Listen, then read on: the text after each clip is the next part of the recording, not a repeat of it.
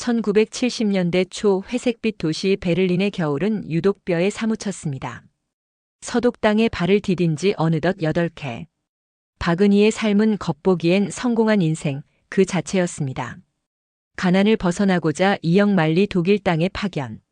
간호사로 왔던 그녀는 이제 서독 주재 대한민국 대사관 직원의 아내, 사모님 소리를 듣고 있었으니까요. 하얀 간호사복 대신 값비싼 모피 코트를 걸치고 소독약 냄새 대신 짙은 향수 내음을 풍기는 삶이었죠. 하지만 그 화려한 코트 속에서 박은희의 영혼은 하루가 다르게 시들어가고 있었습니다.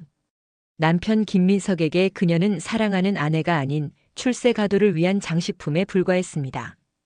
그는 매일 밤 파티와 모임을 전전하며 유력 인사들에게 고개를 조아렸고 집에 돌아와서는 박은희에게 차가운 경고를 던지는 것이 일상이었습니다. 오늘 파티에서 당신 표정이 어두웠다는 말이 있어. 내 얼굴에 먹칠하지 않으려면 당신 처신 똑바로 해야 할 거야. 사랑이 없는 결혼, 그보다 더한 것은 지독한 외로움이었습니다. 독일인들은 그녀를 이방인 취급했고 대사관 아내들의 세계는 보이지 않는 질투와 시기로 가득했습니다. 박은희는 굳게 닫힌 저택의 창문 너머로 도시를 동과 서로 가르는 거대한 장벽, 베를린 장벽을 하염없이 바라보는 날이 많아졌습니다.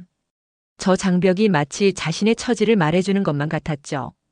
어디에도 속하지 못하고 갈 수도 없는 섬처럼. 그러던 어느 오후였습니다. 남편의 강요로 참석해야 하는 지루한 사교 모임을 앞두고 박은희는 잠시나마 숨을 돌리고자 시내의 작은 갤러리를 찾았습니다. 그림의 조예가 깊은 것은 아니었지만 그림 속 세상은 적어도 자신에게 차가운 시선을 던지지는 않았으니까요. 그녀의 발걸음이 한 그림 앞에서 멈췄습니다. 안개 낀 숲속에서 길을 잃은 듯한 여인의 뒷모습을 담은 그림이었습니다. 그 모습에 자신의 마음을 들킨 것만 같아 한참을 넋을 놓고 바라보는데 등 뒤에서 나지막하고 부드러운 목소리가 들려왔습니다. 그림 속 여인의 눈이 꼭 길 잃은 사람 같지 않습니까? 깜짝 놀라 돌아본 곳에는 낯선 동양인 남자가 서 있었습니다. 단정하지만 값비싸 보이지 않는 코트 차림에 지적이고 온화한 인상을 가진 남자였죠. 박은희는 경계심을 품고 짧게 대답했습니다. 그런가요? 남자는 그런 박은희의 태도에 아랑곳하지 않고 따뜻한 미소를 지으며 말을 이었습니다. 하지만 저는 저 뒷모습에서 슬픔보다는 강인함을 봅니다. 안개 속에서도 길을 찾으려는 의지 같은 것 말입니다. 그의 말은 마치 마법처럼 박은희의 얼어붙은 마음을 건드렸습니다. 처음이었어요. 누군가 자신의 내면을 꿰뚫어보고 심지어 그 안에서 의지를 발견해 준 것은. 박은희는 자기도 모르게 경계심을 풀고 그와 몇 마디 대화를 더 나누었습니다. 그는 자신을 동독 대사관에 근무하는 리진혁이라고 소개했습니다. 동독 사람. 남편 김민석이 입버릇처럼 접촉해서는 안 될 적성국가 인물이라고 말하던 바로 그곳의 사람이었습니다. 알고 있었지만 이상하게 두렵지 않았습니다. 리진혁의 눈빛은 따뜻했고 그의 목소리는 불안한 마음을 잠재우는 힘이 있었습니다. 그는 정치나 이념 대신 그림과 음악 그리고 베를린의 겨울에 대한 이야기를 나누었습니다. 박은희가 잊고 살았던, 아니, 애초에 가져본 적도 없었던 감성의 세계였습니다. 짧은 만남을 뒤로하고 갤러리를 나서는 박은희의 심장은 몇 년 만에 처음으로 세차게 뛰고 있었습니다. 그것은 설렘과 동시에 넘어서는 안 될 선을 넘을지도 모른다는 위험한 예감이 뒤섞인 감정이었습니다. 그 짧은 만남이 그녀의 잿빛 인생을 통째로 뒤흔들 거대한 폭풍의 시작이었음을 그때의 박은희는 알지 못했습니다. 리진혁과의 만남은 박은희의 잿빛 일상에 던져진 작은 돌멩이와 같았습니다. 처음에는 작은 파문으로 시작됐지만 그 파장은 걷잡을 수 없이 그녀의 마음 전체로 번져나갔죠.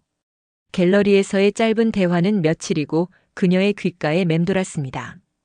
강인함. 그 한마디가 마치 주문처럼 잊고 있던 자신을 일깨우는 듯 했습니다.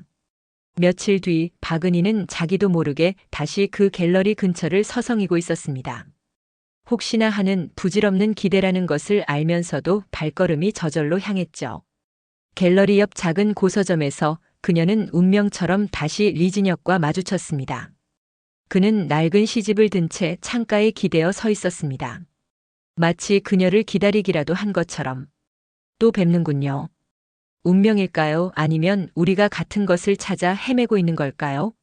리진혁은 미소를 지으며 다가왔습니다. 박은희는 애써 태어난 척했지만 두근거리는 심장을 감출 수는 없었습니다. 그들은 서점 한 구석에 나란히 앉아 오래된 연인처럼 이야기를 나누었습니다. 이번에는 그림이 아닌 서로의 이야기였습니다. 물론 모든 것이 진실일 수는 없었죠. 리진혁은 북에 두고 온 고향의 아름다운 산과 강에 대해 아련하게 이야기했습니다. 그의 눈빛에는 짙은 향수가 어려 있었고 박은희는 그 모습에서 동질감을 느꼈습니다. 그녀 역시 서울의 번잡한 시장과 가족들의 얼굴을 떠올렸으니까요. 이념과 체제는 달랐지만 고향을 그리는 마음은 다르지 않았습니다. 리진혁은 박은희의 외로움을 정확히 꿰뚫어보고 따뜻한 말로 어루만져 주었습니다. 은희 선생의 눈을 보면 꼭 추운 겨울에 홀로 창밖을 내다보는 사람 같습니다. 하지만 그 창 너머에 따뜻한 봄이 기다리고 있다는 걸 잊지 마십시오. 그날 이후 그들의 만남은 비밀스럽게 이어졌습니다. 사람들의 눈을 피해 티어가르텐 공원의 한적한 벤치에서 혹은 낡은 레코드 가게 구석에서 만났습니다. 리진혁은 클래식 음악의 조예가 깊었고 바흐와 베토벤의 선율에 담긴 이야기를 들려주며 박은희의 메마른 감성을 채워주었습니다. 박은희는 난생 처음으로 누군가에게 온전히 이해받고 위로받는 기분을 느꼈습니다. 리진혁과 함께 있는 시간만큼은 그녀는 더 이상 외로운 이방인이 아니었습니다. 하지만 달콤한 시간 뒤에는 언제나 혹독한 현실이 기다리고 있었습니다. 박은희의 미세한 변화를 짐승 같은 촉을 가진 남편 김민석이 놓칠 리 없었죠. 어느 날 저녁 와인을 마시던 김민석이 툭 던지듯 물었습니다. 요즘 당신 얼굴에 생기가 도는군. 무슨 좋은 일이라도 있는 건가? 그의 목소리는 다정하게 들렸지만 눈은 얼음장처럼 차가웠습니다. 박은희는 심장이 철렁 내려앉았지만 애써 표정을 감추며 대답했습니다. 별일 없어요. 그냥 날이 좀 풀려서 그런가 보죠. 김민석은 코웃음을 치며 와인잔을 내려놓았습니다. 명심해, 박은희. 여긴 베를린이야. 사방에 눈과 귀가 널려 있어. 특히 동독놈들, 북에서 온 간첩들은 사람의 약한 마음을 파고드는데 선수들이지. 괜한 짓으로 내 앞길 막을 생각은 꿈도 꾸지 마. 그것은 단순한 경고가 아니었습니다. 날카로운 비수처럼 박은희의 심장에 박히는 말이었습니다. 남편의 말이 맞았습니다. 리진혁은 적이었습니다. 그와의 만남은 위험한 불장난이었고 모든 것을 잃을 수도 있는 도박이었습니다. 머리로는 알고 있었지만 마음은 이미 걷잡을 수 없이 리진혁을 향해 달려가고 있었습니다. 어느 추운 저녁 약속 장소에서 기다리던 박은희가 추위에 몸을 떨자 리진혁은 말없이 자신의 목도리를 풀어 그녀의 목에 둘러주었습니다. 그의 손끝이 뺨에 스치는 순간 박은희는 온몸에 전율을 느꼈습니다. 이것은 더 이상 스쳐가는 인연이 아니었습니다. 돌이킬 수 없는 강을 건너고 있다는 것을 그녀는 직감했습니다. 위험하고도 너무나 달콤한 반역이었습니다. 리진혁이 둘러준 목도리의 온기는 박은희의 얼어붙은 마음을 녹이는 불씨가 되었습니다. 그날 이후 두 사람의 만남은 더욱 대담하고 은밀해졌죠. 이제 그들은 단순한 대화를 나누는 것을 넘어 서로의 상처를 보듬고 온기를 나누는 사이가 되었습니다. 리진혁은 사람의 눈을 피해 마련한 작은 아파트로 그녀를 초대했습니다. 낡은 피아노와 책들로 가득한 세상과 단절된 듯한 그곳은 두 사람만의 온전한 성역이었습니다. 어느 비 내리는 오후 창밖으로 베를린의 잿빛 하늘이 보이던 그 아파트에서 리진혁은 말없이 낡은 피아노 앞에 앉아 쇼팽의 녹턴을 연주하기 시작했습니다. 구슬프면서도 아름다운 선율이 방 안을 가득 채웠습니다. 박은희는 그의 어깨에 조용히 기댄 채 눈을 감았습니다. 남편에게서는 단 한 번도 느껴보지 못했던 평온함과 위로가 그녀의 온몸을 감쌌습니다. 연주가 끝나고 리진혁은 조용히 그녀의 얼굴을 감싸주었습니다. 은희 씨, 당신을 처음 본 순간부터 알았소. 우리는 같은 영혼을 가진 사람들이라는 걸. 그의 나지막한 고백과 함께 두 사람의 입술은 처음으로 포개졌습니다. 그것은 단순한 입맞춤이 아니었습니다. 외로운 두 영혼이 서로를 알아보고 절박하게 서로를 끌어안는 몸부림과도 같았죠. 그날 밤 박은희는 남편의 저택으로 돌아가지 않았습니다. 처음으로 금기를 깨고 자신의 욕망에 솔직해진 것입니다. 리진혁의 품에 안겨 그녀는 지독한 현실을 잠시나마 잊을 수 있었습니다. 하지만 꿈결 같은 시간 속에서도 위험의 그림자는 서서히 그 모습을 드러내고 있었습니다. 사랑의 미러를 속삭이던 중 리진혁이 무심한 척 툭 던지는 질문들이 있었습니다. 남편 되시는 김서기관은 대사관에서 아주 중요한 일을 맡고 있나 보오.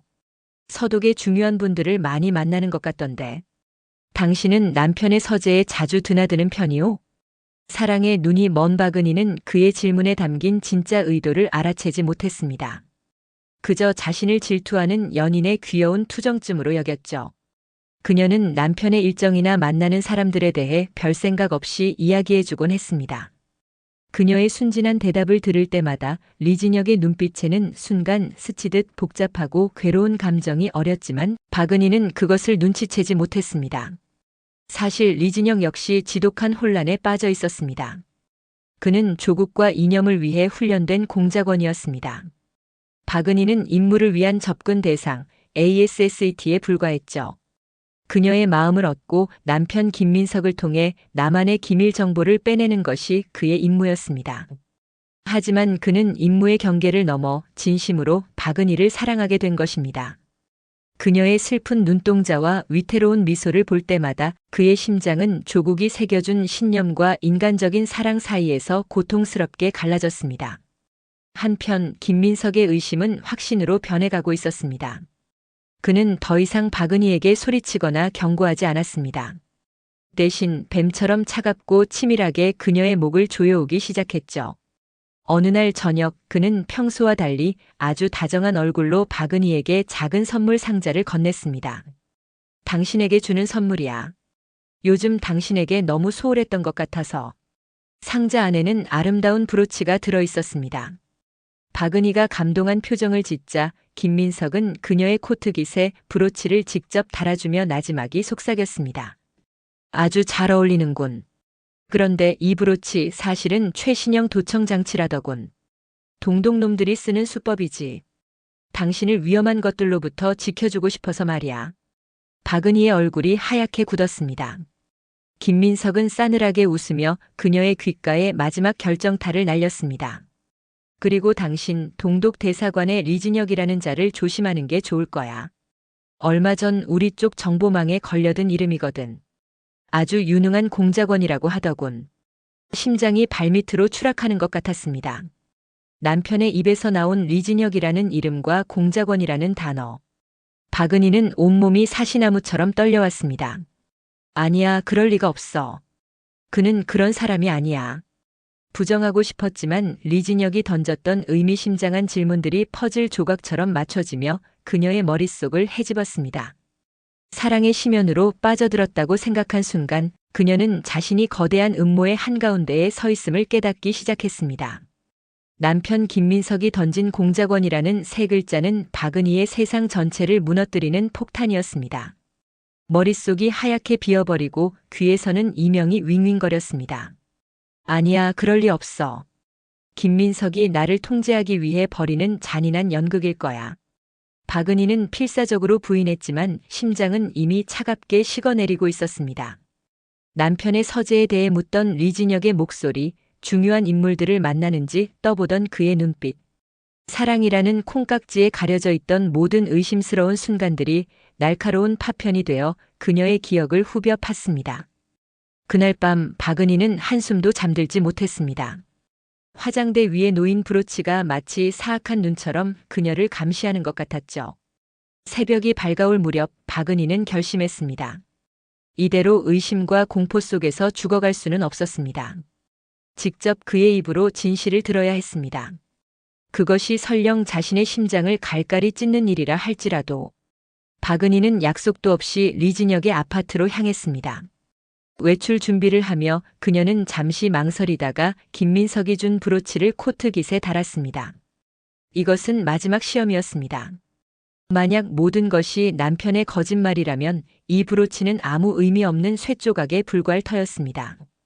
하지만 만약 사실이라면 이 브로치는 김민석에게 보내는 무언의 신호가 될 수도 있겠지요. 무슨 생각이었는지 박은혜 자신도 알 수 없었습니다. 그저 지푸라기라도 잡고 싶은 심정이었습니다. 비밀의 성역이었던 아파트의 문을 열자 리진혁이 놀란 얼굴로 그녀를 맞았습니다. 은혜 씨, 여긴 어쩐 일이요? 연락도 없이. 그의 얼굴에는 반가움과 동시에 당혹감이 서려 있었습니다. 박은희는 그의 표정을 읽으려 애쓰며 차갑게 얼어붙은 목소리로 물었습니다. 물어볼 게 있어서 왔어요. 당신 대체 누구죠? 리진혁의 얼굴이 순간 굳었습니다. 그는 애써 미소를 지으며 박은희의 팔을 잡으려 했습니다. 무슨 소리요, 은희 씨? 나야 리진혁이지 않소. 박은희는 그의 손을 뿌리쳤습니다. 그녀의 눈에서는 불꽃 같은 분노와 처절한 슬픔이 동시에 터져나왔습니다. 내 남편이 그러더군요. 동독 대사관의 리진혁은 아주 유능한 공작원이라고. 맞나요? 당신 나한테 접근한 게 임무 때문이었나요? 공작원이라는 단어가 박은희의 입에서 나오는 순간 리진혁의 세상도 함께 멈췄습니다. 그는 더 이상 변명할 수 없다는 것을 깨달았습니다. 그의 얼굴에서 모든 표정이 사라지고 깊은 절망과 고통이 그 자리를 채웠습니다. 잠시 동안의 침묵 끝에 그는 떨리는 목소리로 간신히 입을 열었습니다. 맞소. 그 한마디는 사형 선고와도 같았습니다. 박은희는 휘청거리며 뒷걸음질 쳤습니다. 모든 것이 거짓이었습니다. 갤러리에서의 운명적인 만남도, 고서점에서의 다정한 대화도, 그녀의 외로움을 위로하던 따뜻한 말들도 모두 계산된 연기였습니다. 그녀는 사랑에 빠진 것이 아니라 철저히 이용당한 어리석은 여자에 불과했습니다. 눈물이 쉴 새 없이 흘러내렸습니다. 리진혁은 무너지는 박은희를 보며 절박하게 외쳤습니다. 하지만 들어주시오, 은희 씨. 시작은 임무였을지 모르나 당신을 향한 내 마음까지 거짓은 아니었소. 당신을 사랑하게 됐단 말이오. 닥쳐요. 박은희는 절규하며 그의 뺨을 내리쳤습니다. 그 더러운 입으로 사랑이라는 말 담지 마. 당신은 내 외로움을 이용하고 내 마음을 짓밟았어. 난 당신에게 뭐였지? 조국에 바칠 좋은 사냥감이었나? 그녀의 절규는 비수가 되어 리진혁의 심장에 박혔습니다. 그는 차마 아무 대답도 하지 못하고 고개를 떨구었습니다. 그가 할 수 있는 말은 아무것도 없었습니다. 박은희는 더 이상 그를 볼 수 없다는 듯 미친 사람처럼 아파트를 뛰쳐나갔습니다. 차가운 베를린의 겨울비가 그녀의 얼굴 위로 쏟아져 내렸습니다. 눈물인지 빗물인지 분간할 수 없었죠. 사랑의 성역은 한순간에 무너져 내렸고 그녀는 다시 혼자가 되었습니다. 아니, 혼자보다 더 비참한 기만당한 죄인이 되어버렸습니다. 그리고 그 시각 서독 주재 대한민국 대사관의 저택 서재에서 김민석은 헤드폰을 벗으며 입가에 얼음처럼 차가운 미소를 띄었습니다. 브로치를 통해 전해진 두 사람의 대화를 그는 처음부터 끝까지 모두 듣고 있었던 겁니다. 그의 계획은 완벽하게 성공했습니다. 이제 그는 모든 패를 손에 쥐게 된 것이었죠. 세상이 무너진다는 것은 아마 박은희가 겪는 이런 감정을 두고 하는 말이겠지요. 리진혁의 아파트에서 뛰쳐나온 그녀는 목적지 없이 잿빛 도시를 헤맸습니다. 차가운 겨울비는 그녀의 값비싼 코트를 적시고 뼛속까지 스며들었지만 심장의 시린 고통에 비하면 아무것도 아니었습니다. 사랑, 배신, 증오, 그리고 아주 약간의 미련. 그 모든 감정이 뒤섞여 그녀를 질식시킬 것만 같았습니다. 그녀의 눈에 비친 베를린 장벽은 이제 더 이상 동경이나 연민의 대상이 아니었습니다. 그것은 자신을 가둔 거대한 감옥의 담벼락이자 돌이킬 수 없는 실수를 저지른 죄인에게 내려진 낙인처럼 보였습니다. 얼마나 헤맸을까. 흠뻑 젖은 채 저택으로 돌아왔을 때 거실에는 김민석이 홀로 앉아 와인잔을 기울이고 있었습니다. 그는 마치 박은희가 돌아올 시간을 정확히 알고 있었다는 듯 아주 태연한 얼굴이었죠. 어서 와, 박은희. 비 맞은 생쥐꼴이 아주 볼만하군. 그의 목소리에는 조롱과 경멸이 가득했습니다. 박은희는 그와 마주할 힘조차 남아있지 않았습니다. 그저 고개를 숙인 채 방으로 들어가려는데 김민석의 나지막한 목소리가 그녀의 발목을 붙잡았습니다. 재미있는 연극 잘 들었어. 당신의 그 절절한 사랑 고백과 배신감에 몸부림치는 절규까지. 아주 명연기더군. 박은희의 심장이 쿵 하고 떨어졌습니다. 고개를 들자 김민석은 손에 들고 있던 작은 녹음기를 흔들어 보였습니다. 브로치. 그 브로치가 보낸 신호는 남편의 귀로 직접 연결되어 있었던 겁니다. 모든 것을 알고 있었습니다. 처음부터 끝까지. 당신 처음부터 알고 있었군요. 알다마다. 내년이 그 빨갱이 새끼와 처음 눈을 맞추던 그 순간부터 나는 모든 것을 알고 있었지. 김민석은 자리에서 일어나 비틀거리는 박은희에게 다가왔습니다. 그의 눈은 분노가 아닌 사냥감을 앞에 둔 포식자의 차가운 희열로 번뜩였습니다. 당신을 당장 이혼시키고 간첩과 노란한 더러운 여자로 매장해 버릴 수도 있어. 하지만 난 그렇게 시시하게 끝낼 생각은 없어. 그는 박은희의 턱을 거칠게 잡아 올리며 귓가에 뱀처럼 속삭였습니다. 당신 아주 쓸모가 있겠더군. 리진혁이라는 그놈 당신에게는 완전히 빠져있지. 사랑? 그래, 그놈의 그가 짜는 사랑을 이제는 우리가 이용해줄 차례야. 박은희는 김민석이 무슨 말을 하는지 이해할 수 없었습니다. 김민석은 잔인한 미소를 지으며 거래 조건을 내걸었습니다. 앞으로도 계속 리진혁을 만나. 이전처럼 다정하게 사랑하는 연인처럼 굴어. 그리고 그놈에게서 정보를 빼내. 그놈이 원하는 정보를 조금씩 흘려주면서 더 큰 정보를 얻어내는 거야. 당신이 바로 이 김민석의 가장 유능한 정보원이 되는 거지. 여기용. 박은희는 숨을 쉴 수가 없었습니다. 사랑했던 혹은 사랑했다고 믿었던 남자를 이제는 자신의 손으로 직접 기만하고 파멸시켜야 한다는 것이었습니다. 그녀는 온 힘을 다해 고개를 저었습니다. 못해요. 차라리 날 죽여요. 그러자 김민석의 표정이 싸늘하게 변했습니다. 그는 박은희의 뺨을 세차게 내리쳤습니다. 죽여? 그렇게 쉽게는 안 되지. 당신이 거절하면 당신만 끝나는 게 아니야. 한국에 있는 당신 가족들, 공장에 다니는 당신 남동생, 약값 대느라 허리가 휘는 늙은 부모님.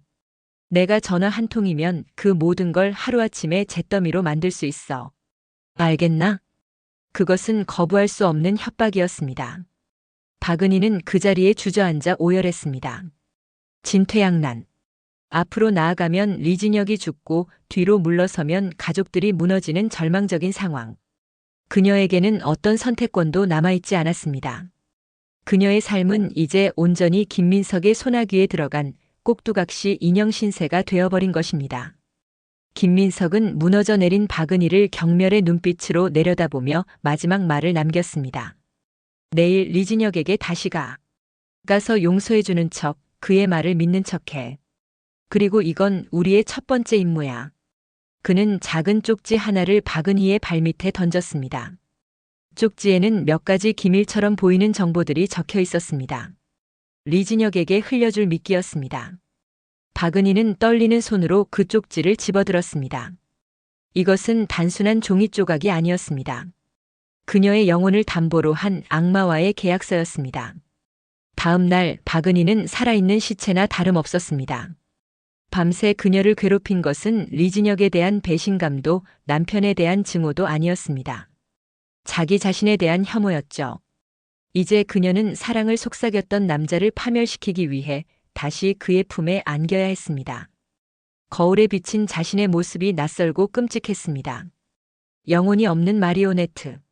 김민석이라는 조종사가 이끄는 대로 움직여야 하는 꼭두각시. 리진혁의 아파트로 향하는 길은 어제와는 전혀 다른 의미로 다가왔습니다. 어제는 진실을 확인하러 가는 처형장이었다면 오늘은 거짓을 연기하러 가는 무대였습니다. 심장이 뛰는 감각조차 느껴지지 않았습니다. 문을 두드리자 곧 문이 열리고 며칠 만에 수십 년은 늙어버린 듯한 리진혁이 서 있었습니다. 그의 눈은 퀭했고 얼굴에는 절망이 가득했습니다. 박은희를 본 순간 그의 눈이 절박하게 흔들렸습니다. 은희 씨 다시 와줄 줄은 몰랐소. 박은희는 김민석이 지시한 대로 그리고 그녀의 부서진 마음이 이끄는 대로 연기하기 시작했습니다. 그녀는 아무 말 없이 눈물만 뚝뚝 흘렸습니다. 분노와 슬픔 그리고 체념이 뒤섞인 눈물이었습니다. 리진혁은 그 눈물을 보자 모든 것을 무너뜨린 죄책감에 휩싸여 어쩔 줄 몰라 했습니다. 내가 다 망쳤소. 미안하오, 정말 미안하오. 그가 다가와 그녀를 품에 안으려 하자 박은희는 처음에는 저항하는 듯 그를 밀어냈습니다. 하지만 이내 온몸에 힘이 빠진 사람처럼 그의 가슴에 얼굴을 묻고 흐느꼈습니다. 당신을 증오해야 하는데 그래야 하는데 왜 나는 당신 없이는 숨을 쉴 수가 없는 걸까요? 당신이 없는 베를린은 나에겐 그냥 지옥이에요. 그것은 절반은 연기였고 절반은 끔찍한 진심이었습니다. 리진혁은 그녀의 말에 무너져 내렸습니다. 그는 박은희를 더 꽉 끌어안으며 아이를 달래듯 그녀의 등을 토닥였습니다. 괜찮소, 은희 씨. 내가 다 바로잡을 거요. 당신을 다치게 하는 모든 것들로부터 내가 지켜주겠소. 이제부터는 나만 믿으시오. 박은희는 그의 품에 안겨 눈을 감았습니다. 이 남자는 아직도 자신을 사랑하고 있었습니다. 그리고 자신은 그 사랑을 이용해야만 했습니다. 박은희는 속으로 비명을 질렀습니다. 잠시 후 감정을 추스른 척하며 그의 품에서 벗어난 박은희는 김민석이 던져준 첫 번째 미끼를 던지기 시작했습니다. 사실 어제 당신을 만나고 돌아가서 남편과 크게 싸웠어요. 그는 내가 당신을 만난 걸 이미 알고 있었어요. 모든 걸 감시하고 있었던 거예요. 그녀는 일부러 몸을 떨며 공포에 질린 표정을 지었습니다. 그 사람 정말 무서운 사람이에요. 서재에 있는 서류들을 보는데 무슨 서독의 미사일 방어 시스템에 관한 내용 같았어요. 그런 걸 아무렇지 않게 집에 가져오는 사람이에요. 자기가 세상의 왕이라도 되는 줄 알아요. 박은희는 김민석이 쪽지에 적어준 내용을 마치 우연히 엿본 것처럼 두서없이 흘렸습니다. 리진혁의 눈빛이 순간 날카롭게 빛났습니다. 훈련된 공작원의 본능이 정보의 가치를 즉각적으로 알아차린 것이죠. 하지만 그는 이내 그 눈빛을 감추고 박은희를 걱정하는 연인의 얼굴로 돌아왔습니다. 그런 위험한 것을 보았단 말이오? 당신 정말 위험에 처해 있구려. 어서 그 집에서 나와야 하오. 갈 곳이 없어요. 나에겐 당신밖에 없는데. 박은희는 다시 그의 품에 와락 안겼습니다. 리진혁은 그녀를 아는 채 복잡한 생각에 잠겼습니다. 박은희가 가져온 정보는 북에서 절실히 원하던 고급 정보였습니다. 이것을 보고하면 큰 공을 세우게 될 것입니다. 하지만 동시에 이것은 박은희를 더 큰 위험으로 밀어넣는 일이기도 했습니다. 그의 마음속에서 공작원의 의무와 한 여자를 향한 사랑이 처절하게 충돌했습니다. 결국 사랑이 그의 판단을 흐리게 만들었습니다. 그는 이 정보를 박은희가 자신을 완전히 믿고 의지하기 시작했다는 증거로 받아들이기로 했습니다. 임무를 마친 박은희는 늦은 밤 다시 저택으로 돌아왔습니다. 그녀를 맞이한 김민석의 얼굴에는 만족스러운 미소가 걸려 있었습니다. 아주 잘했어, 박은희. 당신 생각보다 연기에 소질이 있더군. 앞으로도 계속 그렇게만 해. 그는 칭찬이라는 이름의 채찍질을 하며 그녀의 뺨을 가볍게 두드렸습니다. 박은희는 아무런 감정도 느끼지 못한 채 방으로 향했습니다. 거짓된 포옹의 대가는 너무나도 컸습니다. 그녀는 사랑했던 남자를 속였고 그 대가로 가족의 안전과 자신의 비참한 생존을 보장받았습니다. 하지만 그녀는 알지 못했습니다. 그날 밤 리진혁의 아파트 건너편 어두운 골목에서 또 다른 한 쌍의 눈이 그들의 만남을 처음부터 끝까지 지켜보고 있었다는 것을. 그 눈빛은 김민석의 것보다 훨씬 더 차갑고 냉혹했습니다. 그것은 바로 리진혁의 행동을 감시하기 위해 북에서 파견한 상급 감시조의 눈이었습니다. 리진혁의 아파트 건너편 어둡고 축축한 골목에는 한 대의 낡은 트라반트 승용차가 비를 맞으며 서 있었습니다. 그 안에서 담배 연기를 내뿜는 사내, 그의 이름은 최철용이었습니다. 그는 리진혁의 상급 감시원이자 조국이 보낸 청소부였죠. 그의 눈에는 리진혁이 박은희를 끌어안던 모습, 그리고 그녀가 떠난 뒤 고뇌에 잠겨있던 모든 순간이 필름처럼 기록되고 있었습니다. 최철용의 입가에는 경멸 어린 미소가 걸려 있었습니다. 사랑이라는 부르주아적 감정에 빠져 혁명 과업을 그르치는 연약한 동물아니. 한심하기 짝이 없었죠. 며칠 후 최철용은 리진혁을 비밀 접선 장소인 낡은 인쇄 공장으로 호출했습니다. 녹슨 기계들 사이로 최철룡의 차가운 목소리가 울려 퍼졌습니다. 리진혁 동무 남조선 괴뢰의 여인과 놀아나는 시간이 그리도 즐거웠나? 리진혁의 얼굴이 하얗게 질렸습니다. 그는 모든 것을 감시당하고 있었다는 사실에 등골이 서늘해졌습니다. 오해입니다, 최동지. 모든 것은 공작을 위한 위장이었습니다. 위장? 위장하는 놈이 저런 표정을 짓나? 동무의 눈은 이미 혁명전사의 눈이 아니라 사랑의 눈먼 서방놈의 눈이야. 최철룡은 리진혁의 멱살을 거칠게 잡아챘습니다. 그의 눈빛은 살기로 가득했습니다. 조국은 동무에게 마지막 기회를 주기로 했다. 그 여자를 이용해서 김민석의 목을 가져와. 그놈이 최근 서독정보부와 극비리에 접촉 중인 정황이 포착됐다. 그 접선 장소와 시간을 알아내. 만약 이번에도 실패한다면 동무와 그 여자는 베를린의 차가운 강바닥에서 함께 썩게 될 것이다. 리진혁에게는 선택의 여지가 없었습니다. 그는 이제 박은희를 사랑하는 남자가 아니라 그녀를 이용해 남편을 죽음으로 몰아넣어야 하는 사냥개가 되어야 했습니다. 그의 심장은 갈갈이 찢기는 듯 했지만 살아남기 위해 그리고 어떻게든 박은희만은 살리기 위해 그는 이 잔인한 명령을 받아들일 수밖에 없었습니다. 다시 만난 박은희 앞에서 리진혁은 필사적으로 자신의 고통을 숨긴 채 더욱 절박하게 그녀를 몰아붙였습니다. 은희 씨, 김민석이 당신을 이용해 나를 잡으려는 덫을 놓고 있어. 당신이 더 위험해지기 전에 우리가 먼저 움직여야 하오. 그가 서독정보부와 만나는 시간과 장소를 알아내야만 우리가 살 수 있어. 그의 절박한 모습에 박은희는 이것이 자신을 살리기 위한 몸부림이라고 믿을 수밖에 없었습니다. 그녀는 이미 영혼 없는 인형이었기에 리진혁의 말을 그대로 김민석에게 전했습니다. 김민석은 박은희의 보고를 들으며 회심의 미소를 지었습니다.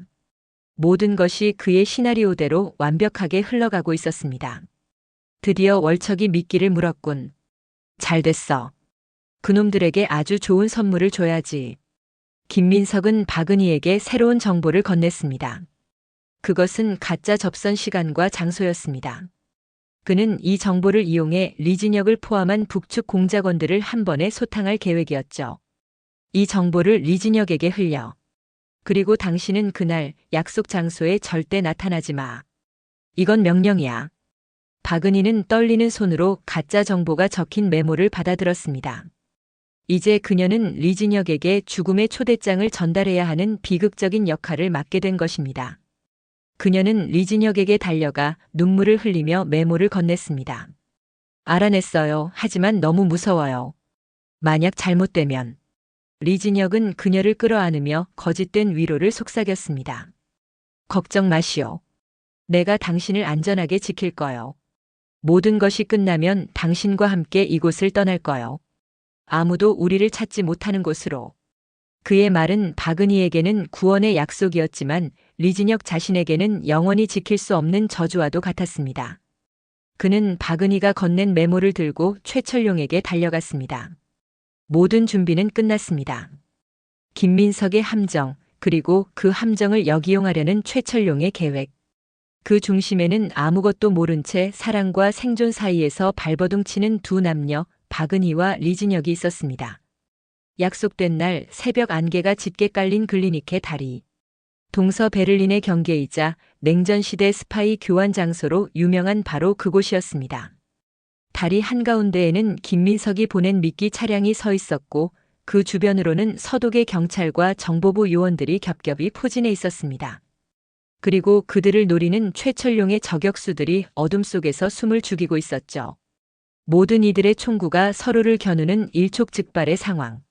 하지만 그들이 기다리는 단 한 사람, 박은희는 나타나지 않았습니다. 그녀는 김민석의 명령에 따라 저택에 감금되어 있었으니까요. 그리고 리진혁 역시 그 자리에 없었습니다. 최철룡은 그를 안전가옥에 감금시킨 채 작전을 지휘하고 있었던 것입니다.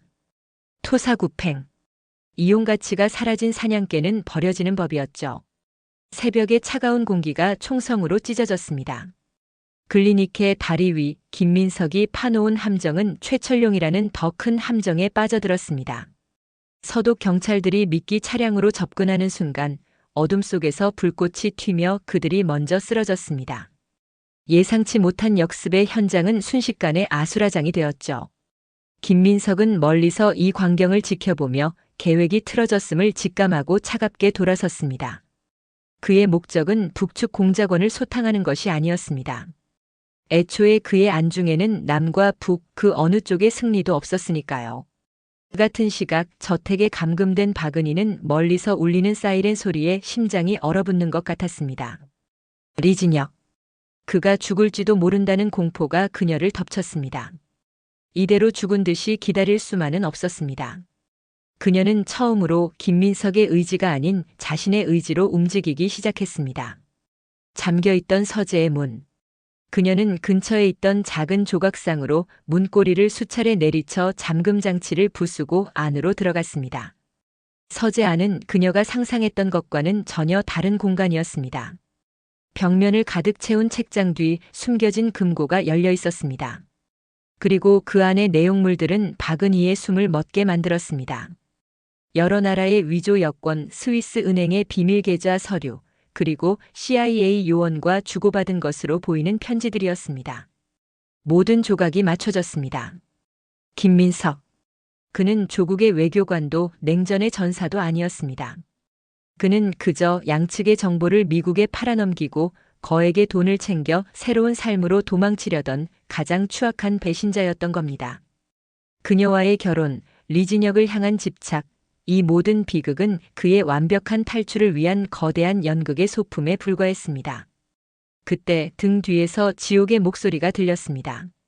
보지 말아야 할 것을 봐버렸군, 박은희. 돌아보자 피냄새를 풍기는 김민석이 서 있었습니다. 그의 얼굴에는 더 이상 일말의 위선도 남아있지 않은 순수한 악의가 가득했습니다. 당신 덕분에 일이 아주 즐거웠어.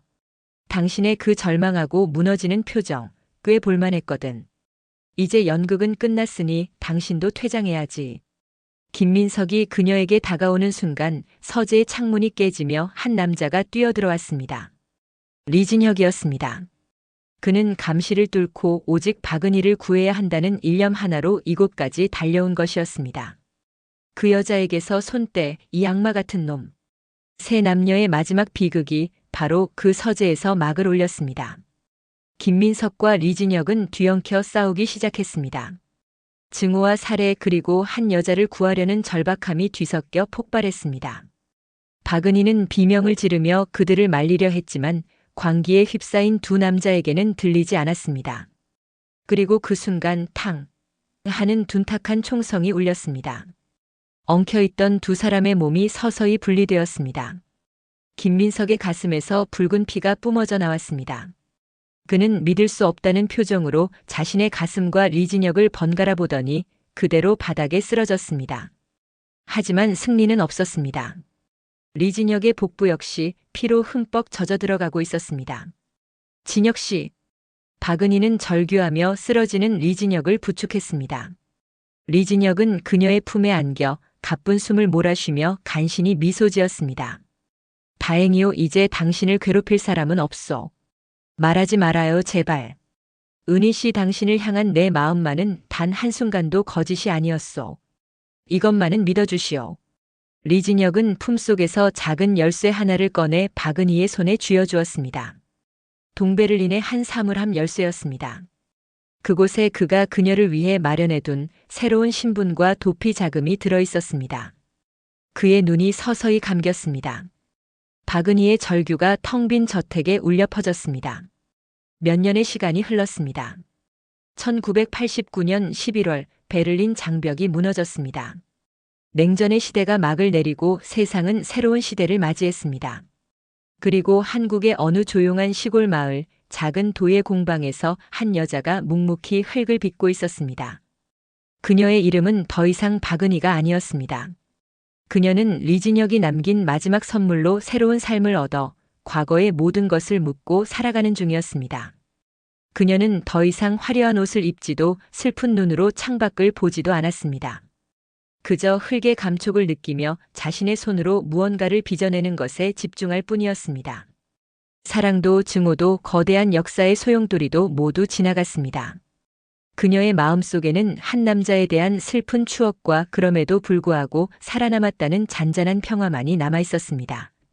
그녀는 비로소 그 누구의 아내도 연인도 장기 말도 아닌 온전한 자기 자신으로 살아가고 있었습니다. 베를린의 이방인이었던 그녀는 긴 시간을 돌아 드디어 자신의 땅에 뿌리를 내린 것입니다.